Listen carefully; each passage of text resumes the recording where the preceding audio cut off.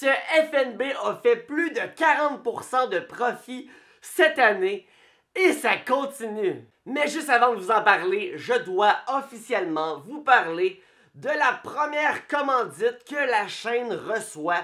Ben oui, Michael Wolf est rendu là, on dirait bien. Alors 30 secondes rapides, cette vidéo est commanditée par Canadian North Resources.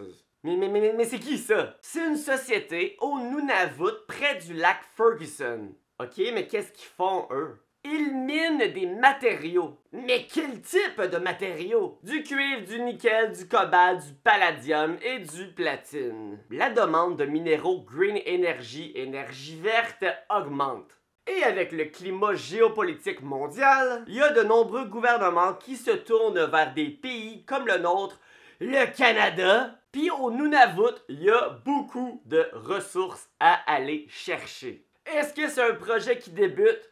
Non. Jusqu'à présent, il y a plus de 180 millions de dollars d'investis. C'est quand même plus que mon portfolio, ça. Donc, Canadian North Resources, c'est un groupe de personnes qui minent des matériaux au Nunavut. Si c'est de quoi qui t'intéresse, t'as envie d'investir dans le projet, ben l'action au Canada, c'est CNRI. Puis sinon, ben je vais poster tous les liens utiles en lien avec Canadian North Resources dans la description et merci d'avoir commandité cette vidéo. De retour au vrai sujet. Bon, maintenant que c'est dit, c'est quoi le FNB qui a dépassé le 40% de profit cette année? Ou plutôt, c'est quoi l'indice boursier que ce FNB représente? C'est le célèbre Nasdaq 100. Le Nasdaq 100, pour ceux qui ne le savent pas, c'est une donnée qui représente l'évolution d'une centaine de compagnies technologiques, pas mal les plus grosses. C'est une façon pour les investisseurs comme moi de diversifier son portfolio en une centaine de compagnies et ce d'une façon très simple. Comme par exemple au Québec, ben, l'action qui représente le Nasdaq 100, c'est le XQQ. En fait, c'est une des actions parce qu'il y en a plusieurs au Québec qui le représentent. Moi, celle que j'aime, c'est XQQ. Donc, quand tu achètes une action de XQQ à 116$ en ce moment, ben tu achètes une centaine d'actions en même temps. Et en 2022, on a connu un gros crash. Un très gros crash partout. Le S&P 500 s'est fait trucider. Le Nasdaq 100 s'est encore plus fait massacrer. La crypto... 2022, là, ça n'a pas bien été pour rien. Il n'y a pas grand-chose au niveau de l'économie qui s'est pas mangé une bonne droite, ça c'est ma gauche, de Mike Tyson en pleine face.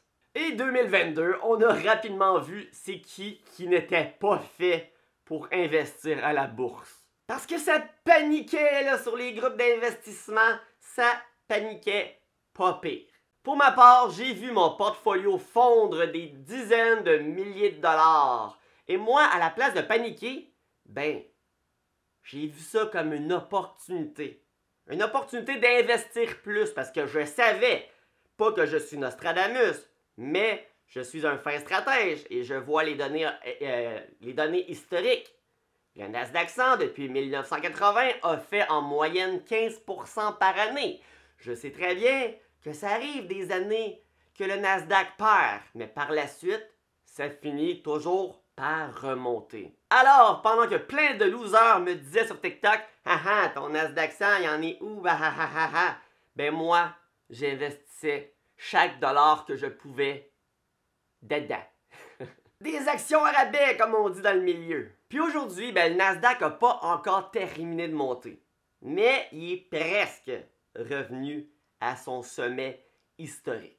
Puis si le Nasdaq, lui, n'a pas encore atteint un nouveau sommet, je peux te garantir que mon portfolio, lui, a atteint un nouveau sommet. C'est quoi mes prédictions pour le Nasdaq pour les prochaines semaines, pour les prochains mois? Intéressant? J'en ai pas de prédiction pour le prochain mois parce qu'on s'en sac. C'est pas important. On investit sur le long terme. N'importe qui te dit des prédictions, dans 2 jours, ça va monter. On s'en fout. On s'en fout. Ce que je peux te dire, par exemple, c'est dans 5 ans, dans 10 ans, dans 15 ans, dans 20 ans. ça va avoir monté. C'est ça qui importe vraiment. Que oui, d'ici 5 ans, 10 ans, 15 ans, 20 ans, on va probablement vivre d'autres années comme 2022. Probablement que le Nasdaq s'en crash, ou plutôt que l'économie crash. Mais au lieu de paniquer, vois-le comme une opportunité. Est-ce que tu imagines les gens en 2022 qui ont vendu à perte? On parle pas de crypto ici, là. On parle du Nasdaq 100. Vendre le Nasdaq 100 à perte. Faut le faire, là. On parle de l'indice boursier qui a fait en moyenne 15% de profit, et ce, depuis plus de 40 ans. On parle de l'indice boursier qui, depuis 1980, a connu 12 années dans le rouge. 12! Si t'es pas prête à connaître les montagnes russes du Nasdaq 100, voici tes options. Écoute bien, là. Première option qui va être moins pire que le Nasdaq 100, ça va être d'investir dans le S&P 500. Tu vas faire moins de profit sur le long terme, probablement, mais ton petit cœur va moins avoir une crise cardiaque. Je te rappelle que le S&P 500, depuis plus de 40 ans, lui, a fait environ 10% de moyenne. C'est pas 15%, mais c'est bon pareil, là. Deuxième option, investis dans des CPG, des certificats de placement garantis. En ce moment, c'est environ à 5%, mais en général, c'est plus du 1%, 1,5%, 2%, 2,5%. Ce qui est très mauvais, mais si tu veux vraiment pas investir ni dans le S&P 500, ni dans le Nasdaq, tu vas faire quoi d'autre, là? Ben, la troisième option est peut-être pour toi. La troisième option, c'est investis pas pantoute à la bourse, puis investis dans l'immobilier à la place. Mais je tiens à dire de quoi. Je vois des gens. En fait, je parle à des gens. Parce que oui, il y a beaucoup de gens qui, à cause de mes vidéos, me parlent de leurs finances, etc.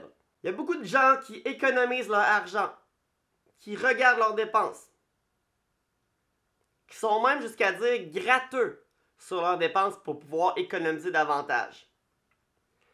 Et croient que c'est assez.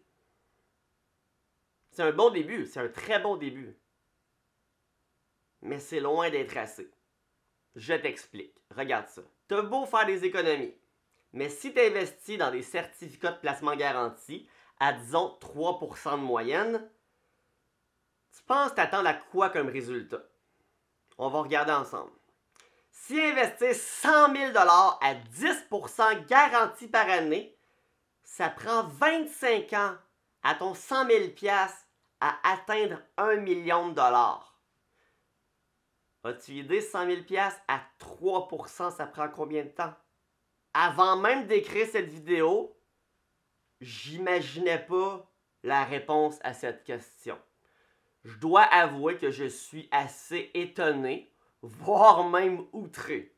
Parce qu'en plus de la réponse, là, faut pas t'oublier, il y a des intérêts composés là-dessus. Là. Fait que je m'attendais pas à ça. Écoute bien, 100 000 $ à 3% par année. Donc oui, intérêts composés. Après 25 ans, attache ta tuque si t'en as une, là. Après 25 ans, t'es rendu à 209 000 $. Wow! Et te rendre à 1 million à 3% par année, ça prend 80 ans.